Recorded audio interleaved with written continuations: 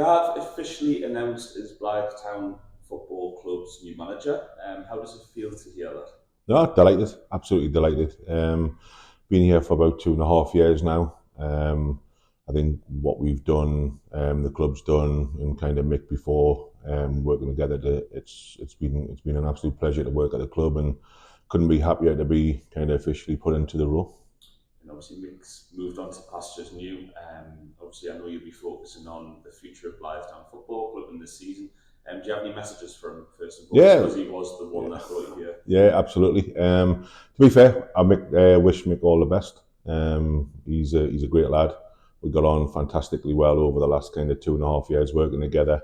I know he was obviously delighted that he had been offered the Blyth Spartans role, and kind of he went with my blessing. It was something that I didn't want to do, and didn't have kind of the drive and the thought process behind it that Mick did, and ultimately kind of got a job to do at Blyth Town. So I decided to stay put, but wish Mick all the best. I'm sure he'll get it right. And when one door opens, another closes, as they say. Obviously, you've taken over as manager, first game at the weekend.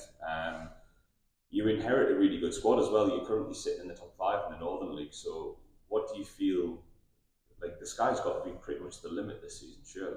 Yeah, of course. I think the one thing that we've done is we recruited really well this season. A lot of the lads that are sitting in that dressing room is they are my recruitments, the lads who I've brought in. The plan and the vision and the expectation doesn't change. It's a fact of the matter is we always went into this season to be kind of competitive. Sometimes you don't know how competitive you're going to be until you're in here, but we've played some of the top teams, and also some of the kind of the mid-table teams and some of the bottom teams, and it's a very, very competitive league. But our expectation hasn't changed. It's to be in that playoff place come the end of the season, and ultimately, if we're lucky enough and good enough, then you look for automatic promotion. But we're kind of just making sure that we kind of get it right on the pitch, off the pitch, and then from our perspective, it'll be a case of keep doing what we're doing. We've settled in really, really well. We've been very competitive in lots of games, but this is the league, or this is one of them leagues where if you're not at it all the time and you're not switched on to it and you're not kind of playing your best, then you can also come unstuck. So from that point of view, the expectation is we're looking to be in that playoffs come the end of the season. And you know yourself, having been around the Northern League for quite some time, that it really isn't an easy league. Anybody can beat anybody on that day. If you turn up at 80%, you're going to 9 times out of 10 get beat. So it is. You do have quite a bit of a challenge ahead, don't you? Because there's still quite a lot of the season left. Yeah, absolutely. With all due respect, we're probably a third of the way through the season now. You probably want to look at it come December, January, and at that point you probably know where you are.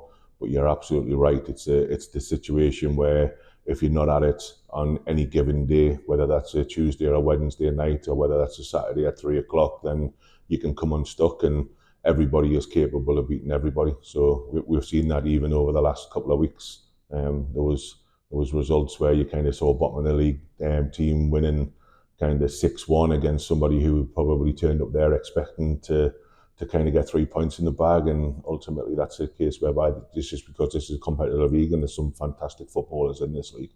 You touched on the group of players and recruitment over the summer. I know you might not want to put expectations on them. You might have already done so.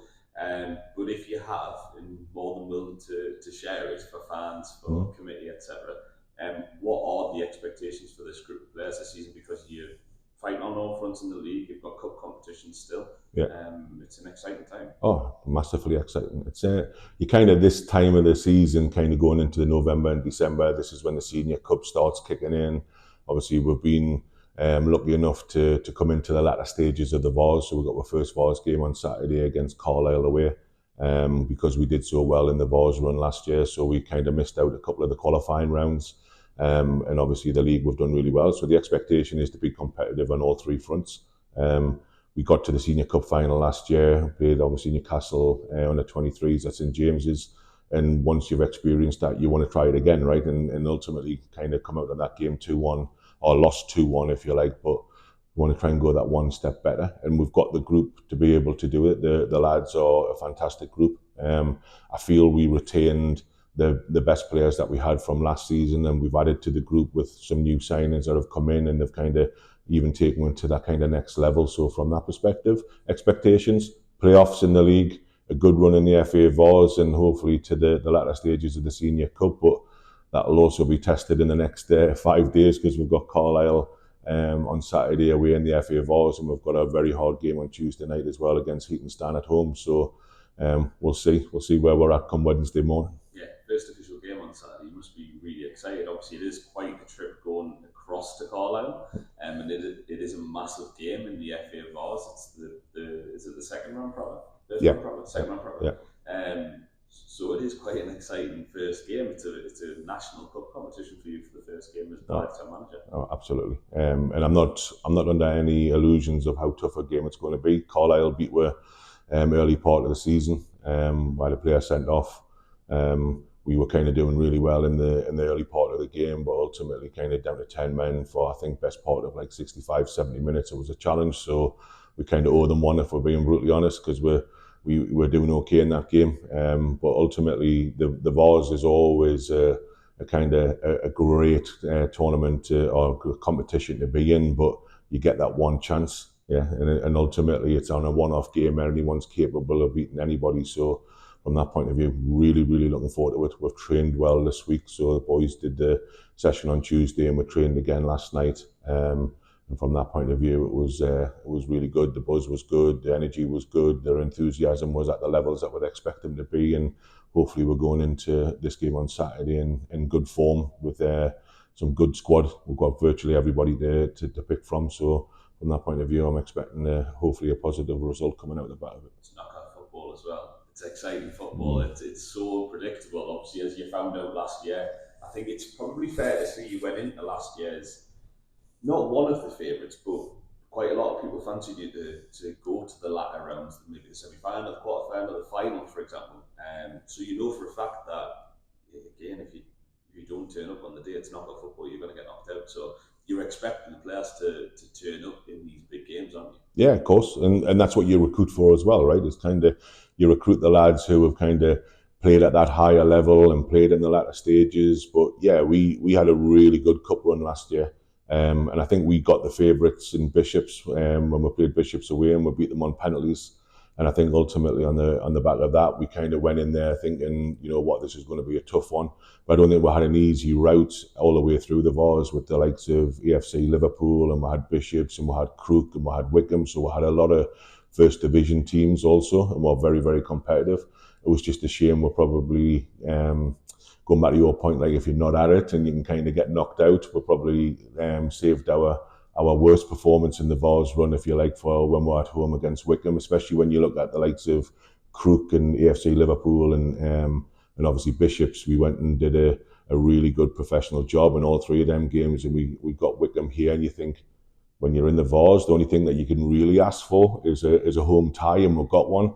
And to be fair, we didn't really turn up in that game, and fair play to Wickham, they went on and they beat win penalties. But yeah, it's a fantastic competition. Yeah, personally got quite an array of honours as well as a player / manager, coach, especially in the Northern League.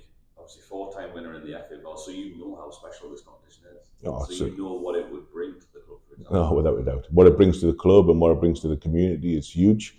But also from a player or from a coach or from a manager's perspective, to go to Wembley and do what we did in the FA Vase, like 3 times with Whitley and obviously 1 time with Spennymoor Town, it's an experience that you would never ever get sick of. Never get sick of it, like turning up to them sort of grounds, especially when we play in grounds that are kind of a million miles away in terms of facilities and surface on a regular basis. To turn up there, one, to play there or to manage there, or to coach there is like a fantastic accolade. But to actually also win, I've not been to Wembley yet, not one. So I'm hoping this season, with a bit of luck and a bit of quality, that we can get somewhere close to it again, because I would absolutely love this football club to get to that stage. Like I say, it's a big, big ask, because obviously it goes national. And at that point, you're not as lucky. You're kind of understanding who you're playing against, because you play against them in the Northern League and you play them locally. But then when you start getting kind of the likes of Coalvilles and and teams from further down south, they're a little bit of the unknown, and that's when you put a few miles on your car to make sure that you go and kind of do the due diligence properly, if you like, and understand them a little bit better. But yeah, it's an amazing kind of run, and it's fantastic for everybody connected to the football club. But you know what? Let's not get carried away. We've got a really hard game against Carlisle City away on Saturday, and we've got to kind of just, I know it sounds like a cliche, but you've got to kind of just, in the Vars, you've got to take each day as it comes and each game as it comes, and ultimately, hopefully put on a good enough performance to get you through, because that's all it's about when you're in the Vars. It's not about sometimes playing the best football, it's about kind of getting that win and getting your name in the hat come Monday morning. Yeah. Back to the club now. Community club in the heart of Blyth. Obviously, it's gone through its turbulent times in the past. You went back to Northern Alliance Division 2, you came all the way through to Northern League Division 1, pushing to get to Step 4. People behind the scenes, like, they obviously don't get enough credit as what they deserve, but like, to get back to this position, back in Northern League Division 1, it probably means a lot to them as well as like players, staff, managers, doesn't it? Yeah, well, without a shadow of a doubt. Listen, I've been here, 2.5 years now, and one of the reasons why I haven't taken other jobs is because this is a fantastic football club. It's run by fantastic people. I think what we're doing on the pitch in terms of kind of performances is only able to happen because of the work that goes off the pitch. So the main sponsors who are coming in and obviously supporting us, Gateway Accountancy, who have been a real good sponsor of ours over the course of the last few years. They do some fantastic work and give us the ability to kind of create them conditions to be successful when you're on the pitch. Scott, the chairman, obviously coming into the first team, he's done amazing stuff in terms of, like, you go out to that pitch now, like the sponsorship boards, and he runs these talk-ins. We've got Kevin Keegan in April of next year, and we've had Kevin Keegan at the club last season, and Razor Ruddock a couple of weeks ago. Like, all them sort of things make a huge difference. And then you've got the people who have been here from kind of the times where there were Northern Alliance and going through the trouble, like the Sandras and the Jeffs and the Ians and people like that, and Debs and everybody who runs the committee for the football club. They're running a fantastic academy here. So from that perspective, everything that they've got in terms of the foundations is there. We've just got to keep making sure that we can perform on the football pitch. And like I said, and like I say quite a bit when I'm in the dressing room, the conditions have been set. Like, the dressing room itself is a fantastic environment. Yeah, the boys who we've got are the right people to be in the dressing room, and we've just got to keep creating them conditions for them to be successful, and hopefully kind of keep progressing this football club in the way that it should be, because there's people in here who have had tough times, and I know they have, and that's not lost on us. And ultimately, we want to just make sure that we perform on the football pitch, because it also gives them a big, huge pat on the back to say thank you as well. And I know obviously there'll be like short-term goals, long-term goals. You look at the likes of Spennymoor, who have been in the Northern League once upon a time, and now in the National League North. So really, I know you probably don't want to look too far ahead, but goals and ambitions-wise, you could end up being potentially in the same league as your neighbours down the road next season if obviously you get promoted and they go down, or you could end up being one league below, which is astonishing to think about, considering you were 8 leagues apart at one point? Yeah, absolutely. I spent some time at Spenny with Jason and Brad Groves, and the feeling of this football club's got that feeling, because Spenny weren't a million miles away from kind of not existing, and Brad went in there with Jason, and he's done the long, hard yards, if you like, and put some investment in the club and got them a good structure.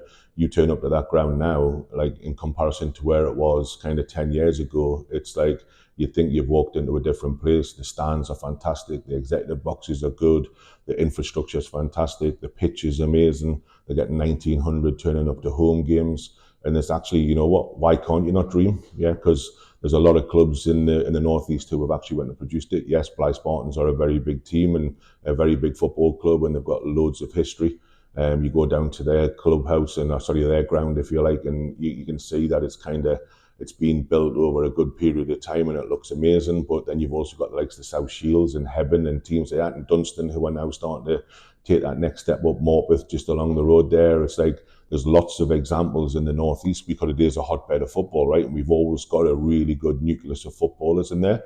The only thing that becomes more challenging is you all start challenging for the same sort of players that you're looking for. So you've got to be able to give them something different, and that's also what we're trying to do off the pitch as well. But yeah, look, why can we not? Why can we not think about being the next Blyth Spartans or the next Bennymore Town or the next South Shields? Because you walk into them areas and you're thinking like it's a proper football club.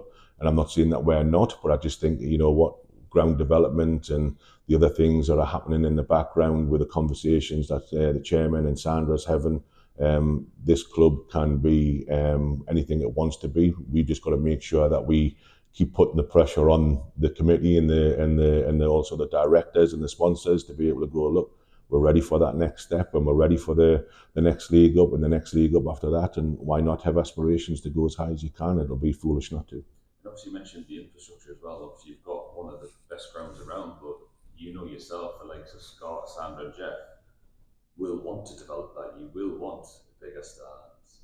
Obviously, the clubhouse is state of the art, but like facilities around the pitch, for example, you will be wanting to develop that. So obviously, I mean, you can reveal it or whether you can't, but there probably is plans in place over the next few years. I think the one thing that you've got with the likes of Scott and Sandra, they don't want to stand still. Yeah, they're always pushing, and that's the reason why I love the football club. That's the reason why I make the decisions that I made in terms of wanting to stay with the football club, because I think it's really, really important to understand the fact that they're always wanting to take it to that next level. Yeah, they're always wanting to kind of, how can we now improve? So is the dressing room fantastic? Yeah, but how can the dressing room be better? The stands are good, but how can it be better? Jeff works tirelessly on the pitch in terms of to make that better.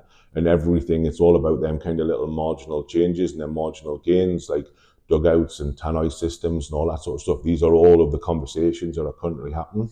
And that's really, really exciting. I guess my job now is to make sure that what we do on the football pitch is also reflective of what's happening in the background of the football club. And I think if we can stay in parity in terms of our progression as footballers and a football team and their progression in terms of a football club, then I think ultimately we'll be in a good place in the coming seasons, because what they're doing is they're doing absolutely everything right. And we've just got to make sure we're professional and we're doing everything right when it comes to being on the pitch. And you know about the passion for football in the area, especially Blyth, having two teams, yeah. But in the Northern League in general, but mainly the supporters in Blyth are so passionate about their football.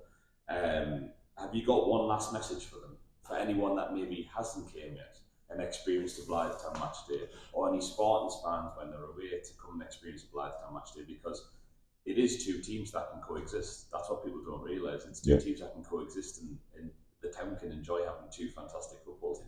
Without a doubt. And if you look at our gates, I think they've probably increased by about 100% over the course of the last 2-3 seasons. So from that perspective, it gives you a little bit of an indication in terms of what we're doing is the right things, because we're now starting to get them fans coming through the gate and buying their season tickets. And you know, like there's times where you're out driving around in Blyth and you'll see them walking around with a Blyth Town hat on or the Blyth Town jacket on and stuff like that. So it is starting to happen. And we do get floating fans. We get the fans where Spartans are away, and we always see kind of the regular faces coming to us as well. And I think that's also a testament to the Northern League as well in terms of how strong it actually is. I think if you look at in terms of like the EBAC Northern League, when you look at the updates, some of the gates like 250, 300, 400, there's some decent sized gates that are now starting to happen, and that's because it's a very, very competitive football match. I guess my message to the fans is, from our perspective, Mick has moved on. Yeah, I absolutely get that, and I understand it, and I respect it, and I wish him all the best for that. But I genuinely think that the club's in safe hands. I've been doing the job for kind of 2.5 years now, and kind of doing it really well with Mick, but we've also got a fantastic management group in terms of the likes of Paddy and Ruff and Millie, who also do an amazing job. We've got Ian, who's a strong secretary, and he kind of knows the ins and outs and keeps us right. Sometimes we have a few challenging conversations with him, but that's just because of the fact that he cares and he does the job that it needs to be.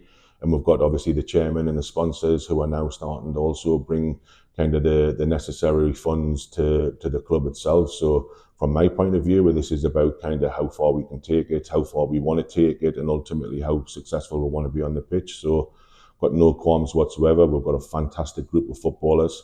The the ones that are kind of coming in who've kind of upgraded the group, if you like, from last season. They've settled in amazingly well, and we've now just got to keep performing on the football pitch. And I've got no doubt whatsoever that, like I said, the conditions for us to be successful are absolutely 100% there. And ultimately, we've got the players, we've got the infrastructure, we've got the backing, we've got the drive, we've got the passion. So therefore, it's really down to us. And who knows, like you say, a little bit of luck and a little bit of quality, we might find ourselves in the next league up, and then Sandra will be panicking, like, how do we get there and what we're doing for buses and all of the other logistical things then start kicking in and all the rest of it. But you know what, that's a really, really nice problem to have. So I'm just looking forward to Saturday first and foremost, and then hopefully taking this fantastic group of players and having another fantastic successful season. Cheers, Gav. Top man, thank you.